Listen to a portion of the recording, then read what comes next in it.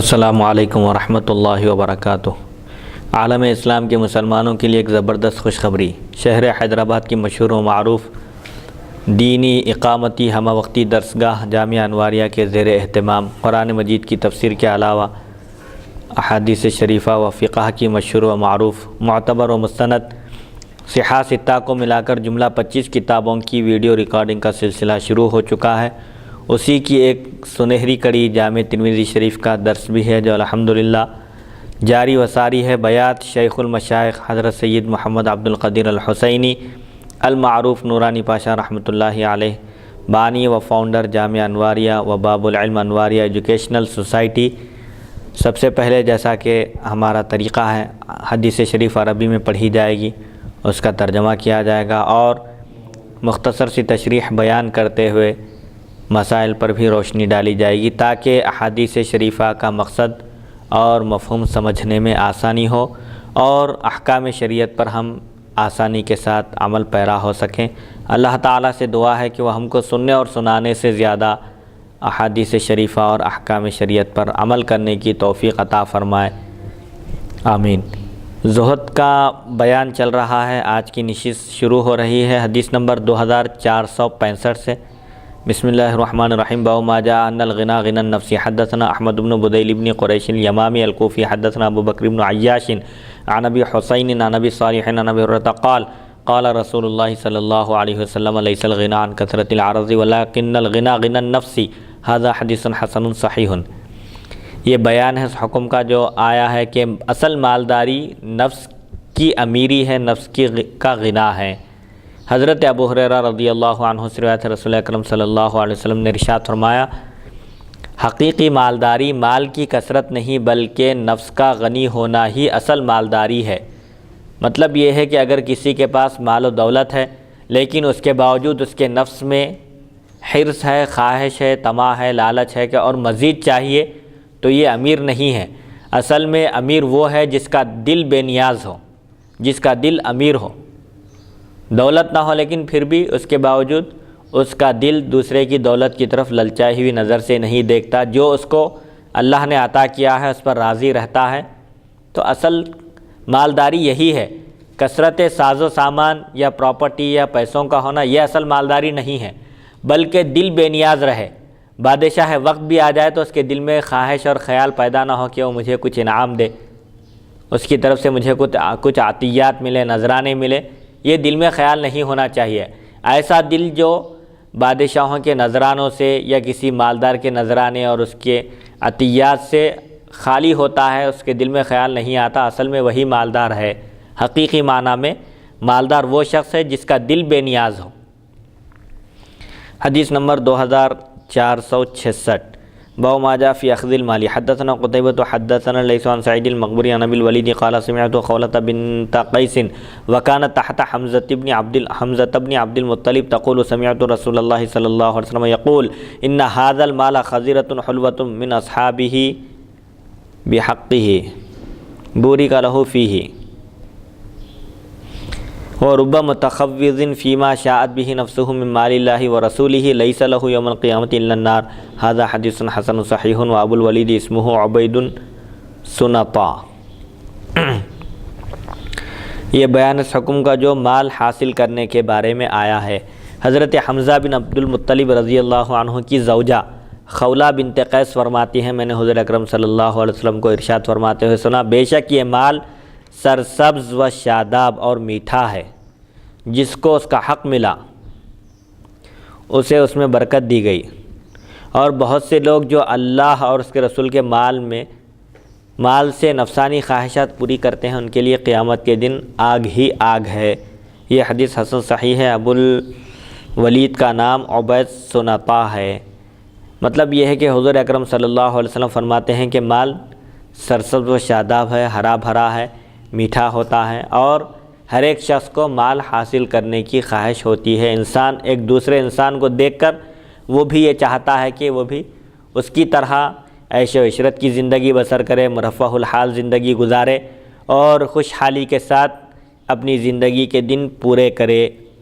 اگر کسی کو اس کے حق کے ساتھ اگر مال ملے، یعنی بغیر کسی خواہش نفس کے اگر اس کو کچھ عطا ہو، تو اس میں برکت دی جاتی ہے۔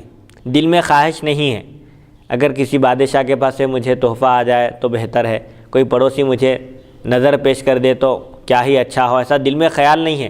بغیر اشراف نفس کے، یعنی دل میں کوئی لالچ، حرص، خواہش نہیں ہے، طمع نہیں ہے، بغیر کسی طمع کے، خواہش کے اگر مال مل جائے کسی کو، کسی کے پاس آ جائے تو اس میں برکت دی جاتی ہے اللہ کی طرف سے۔ اور جو لوگ اللہ اور اس کے رسول کے مال سے نفسانی خواہشات پوری کرتے ہیں اور اللہ اور اس کے رسول کا جو مال ہے، مال غنیمت سمجھے یا کچھ بھی، اس کو حاصل کرنے کی کوشش کرتے ہیں، تو ایسے لوگوں کے لیے قیامت کے دن صرف جہنم کی آگ ہے۔ مطلب یہ ہے کہ مال حاصل کرنے کی کوشش نہیں کرنا چاہیے، بلکہ اگر بغیر کوشش کے، بغیر اشراف نفس کے، نفس کی خواہش اور نفس کی حرص کے بغیر اگر مال مل جائے کسی کو تو اس میں برکت دی جاتی ہے اور اس سے انسان کی ضرورتوں میں بھی برکت، یعنی اس کی ضرورتیں بھی پوری ہوتی ہے۔ حدیث نمبر 2467، حدثنا بشر بن ہلال الصواف حدثنا عبد الوارث بن سعید عن یونس عن الحسن عن ابی ہریرہ قال قال رسول اللہ صلی اللہ علیہ وسلم لعن عبد الدینار ولعن عبد الدرہم هذا حدیث حسن غریب من هذا الوجه وقد روی من غیر هذا الوجه عن ابی ہریرہ عن النبی صلی اللہ علیہ وسلم اتم من هذا واطول۔ دنیا کی محبت عذاب کا سبب ہے۔ حضرت ابو ہریرہ رضی اللہ عنہ سے روایت ہے، رسول اکرم صلی اللہ علیہ وسلم نے ارشاد فرمایا، دینار اور درہم کے بندوں پر لعنت کی گئی۔ اور حضرت ابو ہریرہ رضی اللہ عنہ کے واسطے سے کئی راویوں نے حضور اکرم صلی اللہ علیہ وسلم سے روایت کی جو اس روایت سے زیادہ مکمل اور طویل ہے۔ یعنی دینار کے بندے اور درہم کے بندے پر لعنت کی گئی کا مطلب یہ ہے کہ جس کی فکر صرف دینار اور درہم جمع کرنے میں منہمک ہے اور لگی ہوئی ہے، ایک انسان ہے بس ہمیشہ اسی فکر میں ہے کہ کسی طرح بھی وہ دنیا کی دولت سمیٹے، مالدار ہو جائے اور لوگوں سے آگے بڑھ جائے مالداری میں، اور بس ہمیشہ اس کے ذہن میں یہی خیال جمع ہوا ہے کہ وہ مال و دولت کے حصول کے لیے کوشش کرے اور مال و دولت حاصل کرے۔ اسی لیے اس کی نسبت کر دی گئی درہم اور دینار کی طرف کہ دینار کا بندہ ہے، یعنی دینار سے محبت ہے، سونے کے سکے سے، چاندی کے سکے سے محبت ہے، اور بس اسی فکر میں لگا ہوا ہے کہ کسی بھی ذریعے سے ہو، چاہے وہ حلال ہو یا حرام، اس کی فکر نہیں ہے، اس کو بس مال جمع کرنے کی فکر ہے۔ تو ایسے لوگوں پر لعنت کی گئی ہے، اللہ کی رحمت سے دوری کی بد دعا ہے ان کے لیے۔ اللہ اکبر، اللہ اکبر، اللہ ہم سب کو سے بچائے، آمین۔ حدیث نمبر 2468، حدثنا سوید بن نصر حدثنا عبداللہ بن المبارک عن زکریا بن ابی زائدہ عن محمد بن عبد الرحمن بن سعد بن زرارہ عن ابن کعب بن مالک الانصاری عن ابیہ قال قال رسول اللہ صلی اللہ علیہ وسلم ما ذئبان جائعان ارسلا فی غنم بافسد لها من حرص المرء على المال والشرف لدینہ۔ هذا حدیث حسن صحیح ویروی فی هذا الباب عن ابن عمر عن النبی صلی اللہ علیہ وسلم ولا یصح اسنادہ۔ حرص کی مذمت اس حدیث شریف میں بیان کی جا رہی ہے کہ حضرت ابن کعب بن مالک انصاری رضی اللہ عنہ اپنے والد سے روایت کرتے ہیں، رسول اکرم صلی اللہ علیہ وسلم نے ارشاد فرمایا، دو بھوکے بھیڑیے بکریوں کے ریوڑ میں چھوڑ دیے جائیں تو وہ اتنا نقصان نہیں کرتے جتنا مال اور مرتبے کی حرص کرنے والا اپنے دین کے لیے اپنے دین کا نقصان کرتا ہے۔ یہ حدیث حسن صحیح ہے۔ اس باب میں حضرت ابن عمر رضی اللہ عنہما کے واسطے سے بھی حدیث مروی ہے، یعنی اس حدیث شریف میں یہ حرص کی مذمت بیان کی جا رہی ہے کہ دو بھوکے بھیڑیے ہیں، اگر ان کو بکریوں کے ریوڑ میں چھوڑ دیا جائے تو وہ اتنا نقصان نہیں پہنچاتے جتنا ایک آدمی کی حرص اس کے دین کو تباہ کر دیتی ہے، اور مرتبے اور پوسٹ کی طلب اس کے دین کو تباہ کر دیتی ہے۔ دو بھوکے بھیڑیے ہیں، خواہش، حرص، طمع اور لالچ، یعنی دو بھوکے بھیڑیے ہیں، بھوک لگ رہی ہے، بکریوں کے ریوڑ میں اگر ان کو چھوڑ دیا جائے تو پیٹ بھرنے تک کھائیں گے، اس کے بعد چھوڑ دیں گے، لیکن انسان کی حرص انسان کو مکمل تباہ کر دیتی ہے۔ نفس کی خواہش، طمع، لالچ، ضرورت سے زائد جو حرص ہوتی ہے وہ انسان کو تباہ کر کے چھوڑ دیتی ہے۔ تو وہ دو بھوکے بھیڑیے بکریوں کے ریوڑ میں اگر چھوڑ دیے جائیں تو اتنا نقصان نہیں ہوتا جتنا انسان کے نفس کی حرص اس کو نقصان پہنچاتی ہے۔ تو بہرحال اس سے حرص کی، طمع کی، لالچ کی مذمت معلوم ہوتی ہے کہ انسان کو حرص، لالچ اور طمع مکمل نقصان پہنچا کر چھوڑتے ہیں، وہ اس کو کہیں کا بھی باقی نہیں رکھتے۔ اسی لیے آدمی کو حرص نہیں کرنا چاہیے. حرص اگر ہو تو نیکی کے کاموں کی ہونا چاہیے, علم کی طلب میں ہونا چاہیے, اچھے کاموں میں کی حرص کرنا چاہیے کہ میں بھی فلاں کی طرح نیک عمل کروں گا, اس کے جیسا مجھے بننا چاہیے. اچھے کاموں میں حرص ہونا چاہیے, لیکن دنیا کی مال و دولت میں اور یہ حقیر مردار دنیا کی حرص اور طمع انسان کے دل میں نہیں ہونا چاہیے, ورنہ اس کا دین تباہ ہو جائے گا. دنیا تو تباہ ہو ہی جائے گی, دین بھی برباد ہو جائے گا. اور نیکیوں کے معاملے میں اس سے آگے بڑھنے کی حرص کرنا, اس کی اجازت ہے؟ اس کی اجازت ہے. حدیث نمبر 2469. حدثنا موسیٰ بن عبد الرحمن الکندی حدثنا زید بن حباب حدثنا المسعودی حدثنا عمرو بن مرۃ عن ابراہیم عن القمۃ عن عبد اللہ قال نام رسول اللہ صلی اللہ علیہ وسلم على حصر فقام وقد اثر في جنبه فقلنا یا رسول اللہ لو اتخذنا لك وطابا فقال ما لي وللدنيا ما انا في الدنيا الا كراكب استظل تحت شجرة ثم راح وتركها وفي الباب عن ابن عمر وابن عباس هذا حدیث صحیح. حضور اکرم صلی اللہ علیہ وسلم کی دنیا سے بے رغبتی.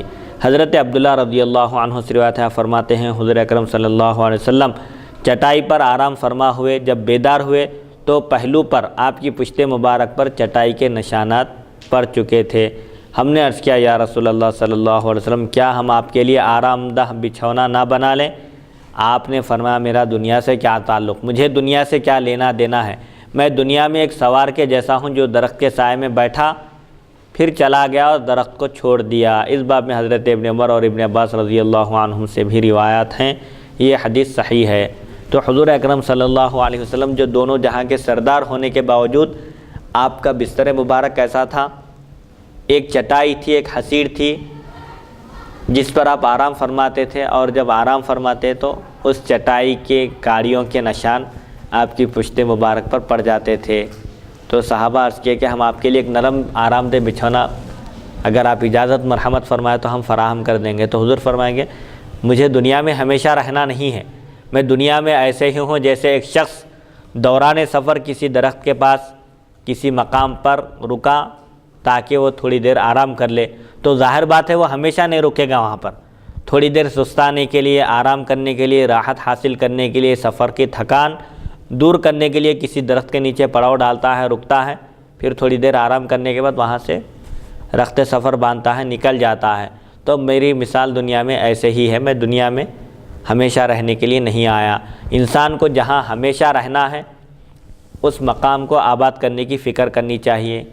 تو بہرحال اس حدیث شریف میں امت کے لیے تعلیم دی جا رہی ہے کہ وہ دنیا ہی کو سب کچھ نہ سمجھے, بلکہ دنیا میں جو مصیبتیں آتی ہیں, آزمائشیں آتی ہیں, تکالیف کا سامنا کرنا پڑتا ہے, خندہ پیشانی کے ساتھ, خوش دلی کے ساتھ اللہ کی آزمائشوں پر صبر کرے تاکہ قیامت کے دن جنت کی نعمتوں سے اس کو سرفراز کیا جا سکے. اللہ تعالیٰ کی خوشنودی جو سب سے بڑی نعمت ہے وہ حاصل ہو بندے کو.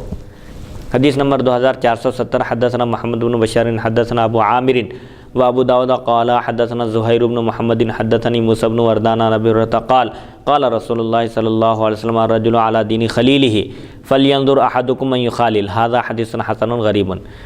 اچھے دوست کی تلاش کرنی چاہیے کیونکہ اچھے دوست کی وجہ سے انسان کا بھی شمار اچھا ہوتا ہے. اسی لیے ایک دور جاہلیت کا شاعر کہتا ہے عن المرء لا تسأل وابصر قرینہ فإن القرین بالمقارن مقتدی, کہ کسی شخص کے کیریکٹر جاننا ہے, اس کے اخلاق کے بارے میں آپ کو معلوم کرنا ہے کہ اس کے کردار اور اس کے اخلاق کیسے ہیں, تو اس کے بارے میں پوچھنے کی ضرورت نہیں ہے, بلکہ وہ جن لوگوں کے ساتھ رہتا ہے ان کو دیکھ لو, اس کے ساتھیوں کو دیکھو, اس کے دوستوں کو دیکھو, اس کے فرینڈز کیسے ہیں دیکھ لو, اس سے اس کے اخلاق اور کیریکٹر کا اندازہ ہو جائے گا. کیونکہ ہر ایک ساتھی اپنے دوست کی اتباع کرتا ہے, اس کے نقش قدم پر چلتا ہے, اس کے جیسے کام کرنے کی کوشش کرتا ہے, چاہے وہ اچھے ہوں یا برے. اسی لیے اچھے دوست کی تلاش کرنی چاہیے تاکہ اس کی صحبت میں رہ کر اس کی بھی اصلاح ہو جائے. حضرت ابو ہریرہ رضی اللہ عنہ سے روایت رسول اکرم صلی اللہ علیہ وسلم نے ارشاد فرمایا آدمی اپنے دوست کے طریقے پر ہوتا ہے, اپنے دوست کے دین پر ہوتا ہے, پس تم میں سے ہر ایک کو دیکھنا چاہیے کہ وہ کس کو دوست بنا رہا ہے. اچھے شخص کو دوست بنانا چاہیے جس کی وجہ سے اپنی اصلاح ہو, آخرت بھی سنور جائے اور اللہ اور اس کے رسول کی خوشنودی حاصل ہم کر سکیں. ایسے دوست ہونا چاہیے. ایسے لوگوں کو دوست نہیں بنانا چاہیے جن کی وجہ سے دین بھی ضائع ہو, اپنا دین بھی تباہ ہو جائے اور دنیا بھی تباہ ہو جائے.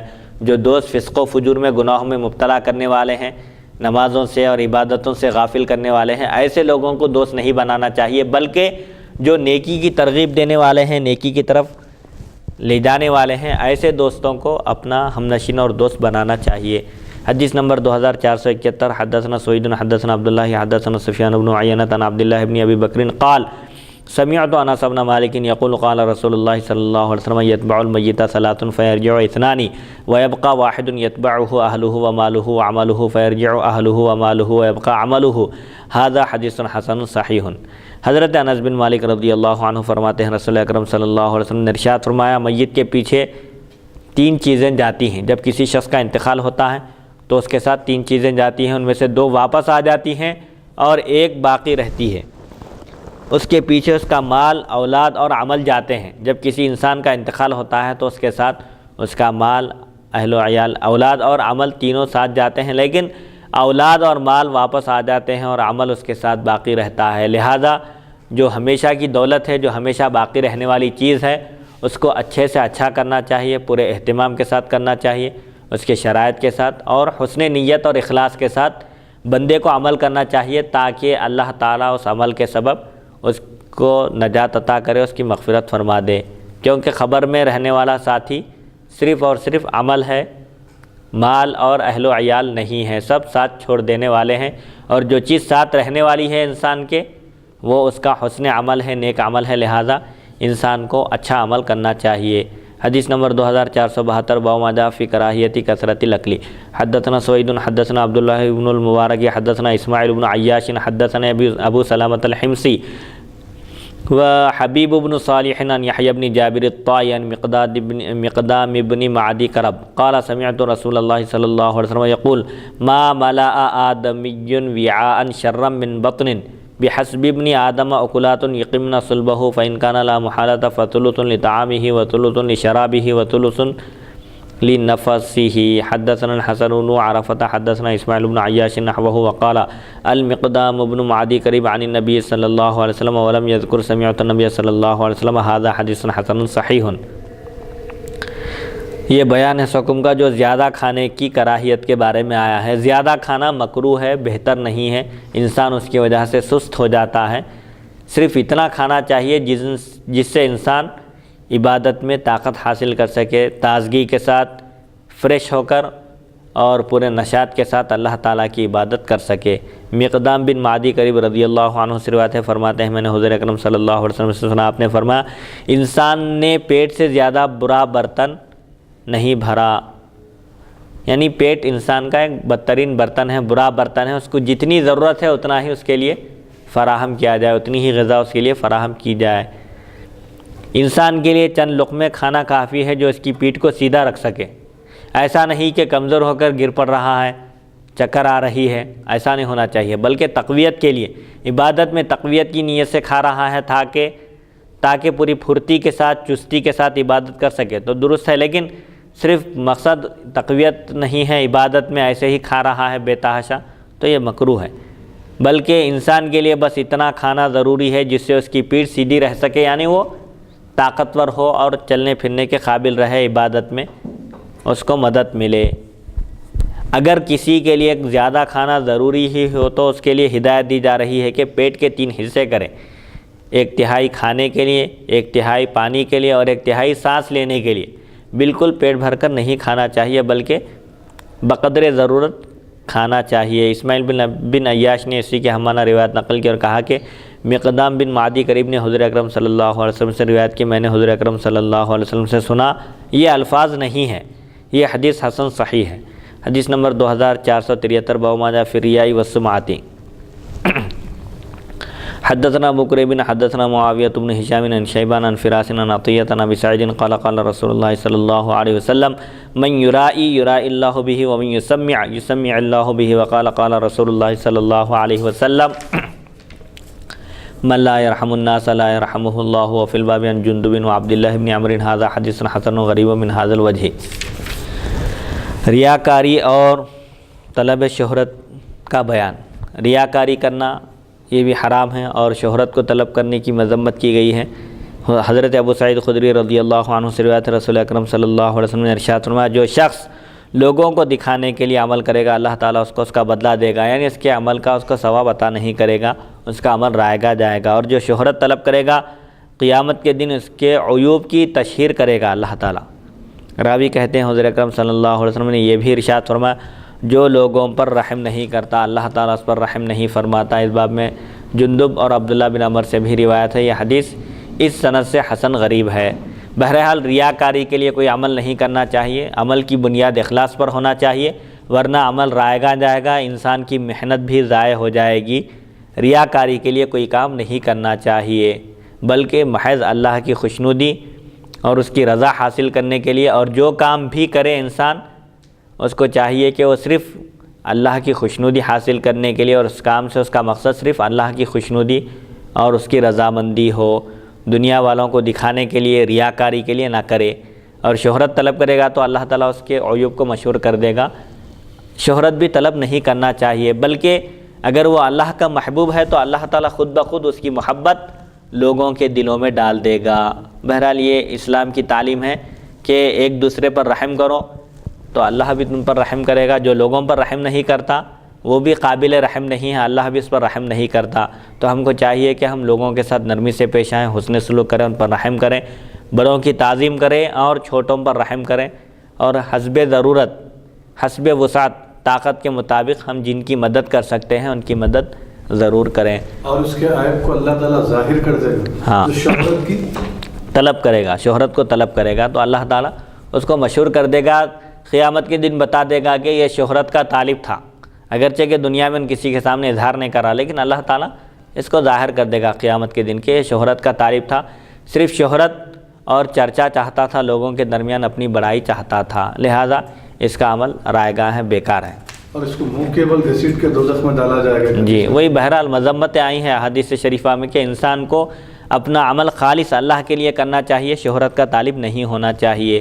حدیث نمبر 2474 حدثنا سوید بن نصر حدثنا عبداللہ بن مبارک حدثنا حیوۃ بن شریح حدثنا الولید بن ابی الولید ابو عثمان المدائنی ان عقبۃ بن مسلم حدثہ ان شفی الاصبحی حدثہ انہ دخل المدینۃ فاذا هو برجل قد اجتمع علیہ الناس فقال من هذا فقالوا ابو ہریرہ قد فدنوت منه حتى قعدت بین یدیہ وهو يحدث الناس فلما سکت وخلا قلت له اسألك بحق وبحق لما حدثتني حديثا سمعته من رسول الله صلى الله عليه وسلم عقلته وعلمته فقال ابو هريرة افعل لا احدثنك حديثا حدثنيه رسول الله صلى الله عليه وسلم عقلته وعلمته ثم نشغ ابو هريرة نشغة شديدة فمكث قليلا ثم افاق ومسح وجهه وقال افعل لا احدثنك حديثا حدثنيه رسول الله صلى الله عليه وسلم انا وهو في هذا البيت ما معنا احد غيري وغيره ثم نشغ ابو هريرة نشغة شديدة ثم مال خارا على وجهه فاسندته طويلا ثم فقال حدثني رسول الله صلى الله عليه وسلم ان الله تعالى اذا كان يوم القيامة ينزل الى العباد ليقضي بينهم وكل امة جاثية فاول من يدعو به رجل جمع القرآن ورجل قتل في سبيل الله ورجل كثير المال فيقول الله للقارئ الم اعلمك ما انزلت على رسولي قال بلى يا ربي قال فماذا عملت فيما علمت قال كنت أقوم به آناء الليل وآناء النهار فيقول الله له كذبت وتقول الملائكة له كذبت ويقول الله له بلى ردت أن يقال فلان قارئ فقد قيل ذلك ويؤتى بصاحب المال فيقول الله له ألم أدعك تحتاج إلى أحد قال بلى يا ربي قال فماذا عملت فيما آتيتك قال كنت أصل الرحم وأتصدق فيقول الله له كذبت وتقول الملائكة كذبت ويقول الله بلى ردت أن يقال فلان جواد وقد قيل ذلك ويؤتى بالذي قتل في سبيل الله فيقول الله له في ماذا قتلت فيقول أمرت بالجهاد في سبيلك فقاتلت حتى قتلت فيقول الله له كذبت وتقول له الملائكة كذبت ويقول الله بلى ردت أن يقال فلان جريء فقد قيل ذلك ثم ضرب رسول الله صلى الله عليه وسلم على ركبته فقال يا أبا هريرة أولئك ثلاثة أول خلق الله تسعر بهم النار يوم القيامة قال الوليد أبو عثمان المدائني فأخبرني عقبة أن شفيا هو الذي دخل على معاوية فأخبره بهذا قال أبو عثمان وحدثني العلاء بن أبي حكيم أنه كان سيافا لمعاوية قال فدخل عليه رجل فأخبره بهذا نبرة فقال معاوية قد فعل بهؤلاء هذا فكيف بمن بقي من الناس ثم بكى معاوية بكاء شديدا حتى ظننا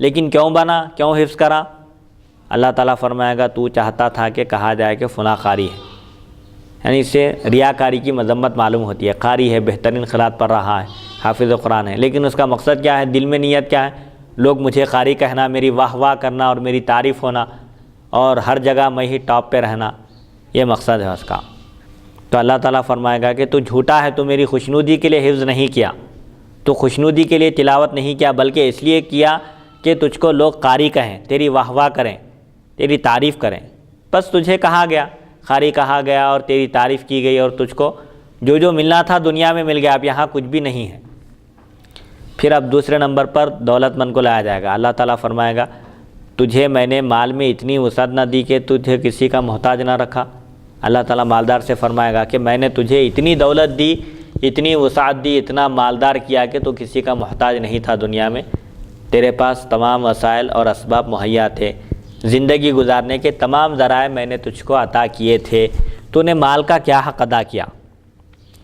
تو بندہ عرض کرے گا مالدار، ہاں یا رب، کیوں نہیں تو نے مجھے اتنی وسعت دی کہ مجھے کسی کا محتاج نہیں رکھا، کسی کے آگے ہاتھ پھیلانے کی مجھے کبھی زندگی میں نوبت نہیں آئی، تیرے فضل سے میں غنی اور تونگر رہا، مالدار رہا دنیا میں۔ تو اللہ تعالیٰ فرمائے گا میری دی ہوئی دولت میں سے کیا عمل کیا، میں نے تجھ کو جو دولت عطا کی تھی اس کا کیا حق ادا کیا؟ تو وہ کہے گا میں قرابت داروں سے صلہ رحمی کرتا، رشتہ داروں کے ساتھ حسن سلوک کرتا رہا اور خیر خیرات کیا کرتا تھا۔ اللہ تعالیٰ فرمائے گا تو جھوٹا ہے، فرشتے بھی کہیں گے کہ تو جھوٹا ہے۔ اللہ تعالیٰ مزید فرمائے گا تو چاہتا تھا، تو رشتہ داروں کے ساتھ حسن سلوک کیا، صلہ رحمی کیا، ان کی مدد کیا، خیر خیرات کیا، سب کچھ کیا، لیکن کیوں کیا؟ تو یہ چاہتا تھا کہ کہا جائے کہ فلاں بڑا سخی ہے، لوگوں میں سخی کہلانے کے لیے، حاتم تائی سخی داتا کہلانے کے لیے تو نے یہ کام کیا ہے، اگرچہ کہ خیر خیرات کے کام کیا، زکوٰۃ دیا، صدقہ دیا، جہاں جیسی ضرورت تھی وہ ضرورت پوری کیا، لیکن نیت اچھی نہیں تھی۔ یہ سب کیوں کیا؟ تاکہ اس کا نام اخبار میں آئے، تاکہ لوگ اس کی واہ واہ کریں اور اس کی تعریف کریں اس کے سامنے، اس مقصد سے تو نے کیا ہے، لہذا وہ ہو گیا کام، تعریف کے لیے کرے تھے، دنیا میں تعریف ہو گئی، اب یہاں کچھ نہیں بچا۔ سو ایسا کہا جا چکا، یعنی جو تم چاہتے تھے، جس مقصد سے خرچ کیے وہ مقصد حاصل ہو گیا دنیا میں، اللہ کی خوشنودی کے لیے نہیں کیے، بندوں کی واہ واہ کے لیے کیے تھے، وہ چیز مل گئی ہے، داد شجاعت یا سخاوت کی جو بھی ملنا چاہیے تھا، تعریف وغیرہ سب مل گئی۔ پھر تیسرے نمبر پر شہید کو لایا جائے گا۔ اللہ تعالیٰ فرمائے گا تو کس لیے قتل ہوا، کس لیے تو اللہ کی راہ میں مارا گیا؟ وہ کہے گا تو نے مجھے اپنے راستے میں جہاد کا حکم دیا، پس میں نے لڑا، پس میں لڑا یہاں تک کہ شہید ہو گیا، تیرا حکم تھا دشمنان اسلام سے برسر پیکار ہونے کا، کفار سے لڑنے کا حکم تھا، اس لیے میں شہید ہو گیا۔ اللہ فرمائے گا تو جھوٹا ہے، فرشتے بھی کہیں گے کہ تو جھوٹا ہے، جھوٹ بول رہا ہے۔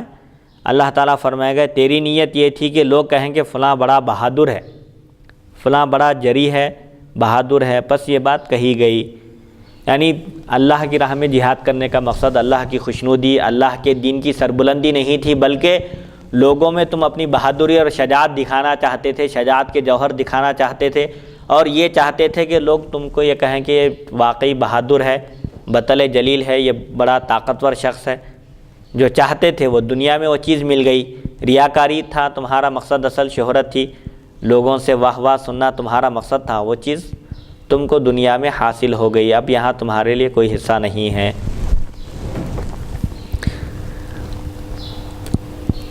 حضرت ابو ہریرہ رضی اللہ عنہ فرماتے ہیں پھر حضور اکرم صلی اللہ علیہ وسلم نے اپنا دست مبارک میرے زانوں پر مارتے ہوئے فرمایا، اے ابو ہریرہ رضی اللہ عنہ، اللہ تعالیٰ کی مخلوق میں سب سے پہلے انہی 3 آدمیوں سے جہنم کو بھڑکایا جائے گا۔ اللہ تعالیٰ کی مخلوق میں سب سے پہلے انہی 3 آدمیوں کے ذریعے جہنم کو بھڑکایا جائے گا، جہنم کی آگ بھڑکائی جائے گی، سلگائی جائے گی۔ ولید ابن عثمان مدائنی کہتے ہیں مجھے عقبہ نے بتایا کہ یہی شفیع حضرت معاویہ رضی اللہ عنہ کے پاس گئے اور انہیں حدیث سنائی۔ ابو عثمان کہتے ہیں مجھے علاء بن حکیم نے بتایا کہ یہ شفیع جو حضرت ابو ہریرہ رضی اللہ عنہ سے یہ روایت سنے تھے، یہ شفیع حضرت امیر معاویہ رضی اللہ عنہ کے پاس جلاد تھے، یعنی جو اگر کوئی اسلامی حکومت میں اگر کوئی ناحق کسی کا قتل کرتا تو اس کی گردن اڑا دی جاتی، کوئی شراب پیتا تو اس کو کوڑے لگائے جاتے، کوئی زنا کی تہمت لگاتا کسی پر اور ثابت نہیں کر سکتا تو اس کو 80 کوڑے لگائے جاتے تھے۔ تو یہ کام جلاد کے سپرد تھا۔ تو یہ صاحب شفیع حضرت امیر معاویہ رضی اللہ عنہ کے پاس جلاد تھے، جلاد کا عہدہ ان کے سپرد تھا۔ کہتے ہیں حضرت امیر معاویہ رضی اللہ عنہ کے پاس ایک آدمی آیا اور انہیں حضرت ابو ہریرہ رضی اللہ عنہ کی یہ حدیث سنائی، تو حضرت معاویہ رضی اللہ عنہ نے فرمایا ان تینوں کا یہ حشر ہے تو باقی لوگوں کا کیا حال ہوگا؟ جو قرآن کی دولت سے، عظیم نعمت سے بہرہ ور ہے، اور جو اللہ کی راہ میں دشمنان اسلام سے برسر پیکار ہے، ایک مالدار ہے۔ جب یہ تینوں کا یہ حال ہے تو بقیہ لوگوں کا کیا حال ہوگا؟ جن کے پاس یہ نعمت نہیں ہوں گی، دوسری نعمتوں سے اللہ نے ان کو سرفراز کیا، اس میں وہ لوگ شہرت کے طالب ہوئے اور ریاکاری کرے، تو پھر ان کا کیا انجام ہوگا؟ جب تینوں کا یہ انجام ہے تو پھر ان لوگوں کا انجام کا کوئی کیا اندازہ لگا سکتا ہے؟ پھر آپ بہت روئے یہاں تک کہ ہم نے سمجھا کہ شاید اب آپ کی جان چلی جائے گی، روتے روتے آپ کا دم نکل جائے گا، اور ہم نے کہا کہ یہ آدمی ہمارے پاس بری خبر لے کر آیا، شر لے کر آیا ہے، نعوذ باللہ من ذالک۔ پھر جب حضرت امیر معاویہ رضی اللہ عنہ کو ہوش آیا تو آپ نے چہرے سے آنسو پہنچے اور کہا اللہ تعالیٰ اور اس کے رسول صلی اللہ علیہ وسلم نے سچ فرمایا، اللہ اور اس کے رسول کا ارشاد برحق ہے، جو شخص دنیا کی زندگی اور اس کی زینت چاہتا ہے، اس کے اعمال کا بدلہ ہم دنیا ہی میں اس کو پورا دیتے ہیں، اور اس میں ہم کچھ کمی نہیں کرتے۔ جو دنیا کا طالب ہوتا ہے، دنیا کی زینت کا، دنیا کی دولت کا اور دنیا کی شہرت کا طالب ہوتا ہے، تو ہم اس کو عطا کر دیتے ہیں، کسی قسم کی کوئی کمی، کوئی کسر باقی نہیں رکھتے، سب کچھ اس کو عطا کر دیا جاتا ہے۔ لیکن ان لوگوں کا آخرت میں کوئی حصہ نہیں، انہوں نے دنیا میں جو کچھ کیا وہ سب ضائع ہو جائے گا اور ان کے اعمال باطل ہو جائیں گے۔ یعنی جو شخص دنیا میں دولت کا طالب ہوتا ہے، شہرت کا طالب ہوتا ہے، ریاکاری دکھاتا ہے اور صرف دنیا ہی کو اپنا مطمع نظر اور اپنی زندگی کا مقصد سمجھتا ہے، اس کو اللہ تعالیٰ دنیا میں عطا کر دیتے ہیں، فراخی، روزی میں فراخی ہوتی ہے، مال و دولت میں وسعت اور گنجائش اتنی ہوتی ہے کہ وہ کسی دوسرے کا محتاج نہیں ہوتا۔ لیکن ایسے لوگوں کا آخرت میں کوئی حصہ نہیں ہے۔ ریاکاری کے لیے، شہرت کے لیے جو عمل کرتے ہیں ان کا عمل بھی بیکار ہو جائے گا، الٹا ان کو ریاکاری اور شہرت کے طالب ہونے کی وجہ سے سخت ترین سزا دی جائے گی کہ ایسے لوگوں کے ذریعے جہنم کی آگ سلگائی جائے گی، بھڑکائی جائے گی۔ اللہ تعالیٰ ہم کو ریاکاری اور شہرت کی طلب سے محفوظ رکھے۔ حدیث نمبر 2475۔ اب اس میں یہ بھی امت کے لیے تعلیم ہے، اس کے یہ تعلیم کے ساتھ ساتھ یہ بھی چیز اس حدیث سے معلوم ہو رہی ہے، جی کیا مفتی صاحب اگر میں غلط ہوں تو اس میں میری اصلاح فرمائیے، کہ کوئی اچھی چیز پوچھنے کے لیے یا کوئی بھی چیز پوچھنے کے لیے اللہ و رسول کا واسطہ دیا جا سکتا ہے۔ جی، وہ صحابی رسول حضرت ابو ہریرہ رضی اللہ عنہ سے، صحابی تھے نا جو حدیث پوچھ رہے تھے حضرت ابو ہریرہ؟ وہ نہیں صحابی نہیں تھے، وہ تابعی تھے۔ وہ ہاں تابعی تھے۔ تو بہرحال علم دین واسطہ دے کر بھی پوچھا۔ واسطے مت دو، یہ واسطے وغیرہ کا اسلام میں کوئی تصور نہیں ہے، جی، یہ واسطے کی کوئی اہمیت نہیں ہے۔ جی، تو اس حدیث میں اشارہ ہے، اشارہ ہے کہ واسطہ دیا جا سکتا ہے، وسیلہ لیا جا سکتا ہے۔ اور ایک بات یہ بھی بتائی گئی کہ قرآن مجید حفظ کرنے کے بعد ریاکاری، شہرت کے طالب نہیں ہونا چاہیے۔ جو عمل بھی ہو انسان کا اللہ کی خوشنودی کے لیے ہونا چاہیے، چاہے لوگ اس کی تعریف کریں یا نہ کریں، لوگ واہ واہ کریں یا نہ کریں، ہر حال میں اللہ کی خوشنودی کا طالب ہونا چاہیے بندے کو، ریاکاری سے دوری اختیار کرنا چاہیے۔ اور ایسے ہی اگر کوئی رشتہ داروں کے ساتھ حسن سلوک کر رہا ہے، خیر خیرات کر رہا ہے، صدقہ دے رہا ہے، زکوٰۃ دے رہا ہے، پوشیدہ طور پر دے تو یہ بہت بہتر ہے۔ ہاں جہاں ترغیب دینا مقصود ہے، ایک شخص اس لیے دے رہا ہے علانیہ لوگوں کو جمع کر کے تاکہ دوسرے مالداروں کو بھی ترغیب ہو، وہ لوگ بھی اس کے جیسا عمل اختیار کرے، نیت اچھی ہونے کی وجہ سے اس کا ثواب ملے گا، تاکہ غریبی غربت دور ہو جائے، غربت دور ہو جائے، غریب کی مدد ہو جائے۔ اسی لیے اللہ تعالیٰ فرماتا ہے ان تبدوا الصدقات فنعما ہی، اگر تم صدقات کو ظاہر کر کے دو تو یہ بھی اچھی بات ہے، تاکہ اس کے ذریعے دوسرے لوگوں کو بھی ترغیب ہو، رغبت ہو، اور وہ لوگ بھی آگے بڑھ کر ایک غریب کی مدد کریں۔ وَإِن تُخْفُوهَا، اور اگر اس کو پوشیدہ رکھو صدقات اور خیر خیرات کو، اور وَتُؤْتُوهَا الْفُقَرَاءَ فَهُوَ خَيْرٌ لَكُمْ، چھپا کر دے رہے ہیں، یہ بھی بہت اچھی بات ہے۔ جہاں چھپا کر دینا چاہیے وہاں چھپا کر ہی دیں تو بہتر ہے۔ اسی لیے ایک حدیث شریف میں آیا ہے کہ 7 قسم کے لوگ قیامت کے دن اللہ کی رحمت کے سائے میں ہوں گے، جس دن اللہ کی رحمت کے سائے کے سوا کوئی سایہ نہیں ہوگا۔ ان 7 افراد میں ایک شخص وہ بھی ہے جس نے اپنے سیدھے ہاتھ سے خیرات کی تو بائیں ہاتھ کو تک خبر نہیں ہوئی۔ تو اس کا مطلب یہ ہے کہ جہاں تک ہو سکے صدقہ اور خیرات کو پوشیدہ رکھ کر دینا چاہیے۔ یہ نفل صدقات کے بارے میں ہے۔ فرض صدقات کے بارے میں اب لوگ اس کے بارے میں غلط فہمی کا شکار نہیں ہونا چاہیے۔ ارے ایک شخص کروڑ پتی ہے لیکن کبھی اس کو زکوٰۃ دیتے ہوئے نہیں دیکھے، ایسا بھی کہتے ہیں لوگ۔ تو تہمت سے بچنے کے لیے اظہار کر کے بھی دے سکتا ہے، لیکن نیت اچھی ہونا چاہیے، اپنے سے تہمت دور کرنا، اور تاکہ دوسروں کو ترغیب ہو اس نیت سے دے رہا ہے تو یہ بہتر ہے۔ ہمارا نیت اللہ کو راضی اور خوش کرنے کے لیے ہونا چاہیے جی، یعنی ہر صورت میں ہر حال میں نیت یہ نہیں ہونا چاہیے کہ لوگ میرے کو سخی کہیں، داتا کہیں، جی، میری تعریف ہو، میری واہ واہ۔ جی، حدیث نمبر 2475 حدثنا ابو بکر بن حدثنا المحاربی عن عمار بن سیف الضبی عن ابی معان البصری عن ابن سیرین عن ابی ہریرہ قال قال رسول اللہ صلی اللہ علیہ وسلم تعوذوا باللہ من جب الحزن قالوا یا رسول اللہ وما جب الحزن قال واد فی جہنم یتعوذ منہ جہنم کل یوم 100 مرۃ قیل یا رسول اللہ ومن يدخلہ قال القراء المراؤون باعمالہم ھذا حدیث غریب۔ حضرت ابو ہریرہ رضی اللہ عنہ سے روایت ہے، رسول اکرم صلی اللہ علیہ وسلم نے ارشاد فرمایا غم کے کنویں سے اللہ تعالیٰ کی پناہ طلب کرو۔ فرمایا جہنم۔ صحابہ اکرام نے عرض کیا یا رسول اللہ صلی اللہ علیہ وسلم غم کا کنواں کیا ہے، یہ کیا چیز ہے، اس کی حقیقت کیا ہے؟ تو آپ صلی اللہ علیہ وسلم نے فرمایا جہنم میں ایک وادی ہے جس سے جہنم خود بھی دن میں 100 مرتبہ اللہ کی پناہ چاہتی ہے، اللہ کی پناہ طلب کرتی ہے۔ عرض کیا گیا یا رسول اللہ صلی اللہ علیہ وسلم اس میں کون داخل ہوگا؟ جب الحزن میں، غم کی وادی میں، غم کے کنویں میں کون داخل ہوگا؟ تو آپ صلی اللہ علیہ وسلم نے فرمایا ریاکاری سے قرآن پڑھنے والے غم کے کنویں میں داخل کیے جائیں گے۔ اللہ اکبر۔ اس غم کے کنویں سے اللہ کی پناہ طلب کرو، کیونکہ جہنم خود اس سے دن میں 100 مرتبہ اللہ کی پناہ طلب کرتی ہے۔ تو یہ مذمت ہے، برائی ہے ان قاریوں کی جو ریاکاری کے لیے، دکھاوے کے لیے، لوگوں سے واہ واہ اور داد حاصل کرنے کے لیے قرآن کی تلاوت کرتے ہیں۔ ان کا مقصد اللہ کی خوشنودی اور اس کی مرضی نہیں ہوتا۔ تو ایسے ریاکار قاریوں کے لیے، حفاظ ہوں، علماء ہوں، سب کے لیے ہے وعید۔ جو ریاکاری کا طریقہ اختیار کر کے قرآن کی تلاوت کر رہے ہیں، احکام بیان کر رہے ہیں، وعظ و نصیحت کر رہے ہیں، تقریر کر رہے ہیں، لیکن ریاکاری مقصود ہے، لوگ ان کی واہ واہ کرنا چاہیے، ان کی تعریف ہونا چاہیے، لوگوں سے شہرت کے طالب ہیں، تو ایسے لوگوں کے لیے یہ مذمت ہے۔ بہرحال اللہ تعالیٰ سے دعا ہے کہ وہ ہم کو ریاکاری اور شہرت کی طلب سے محفوظ رکھے، اور حضور اکرم صلی اللہ علیہ وسلم کے صدقہ طفیل ہم سب کا خاتمہ ایمان پر فرمائے۔ وصلی اللہ تعالی علی خیر خلقہ سیدنا محمد و آلہ و صحبہ اجمعین، والحمد للہ رب العالمین۔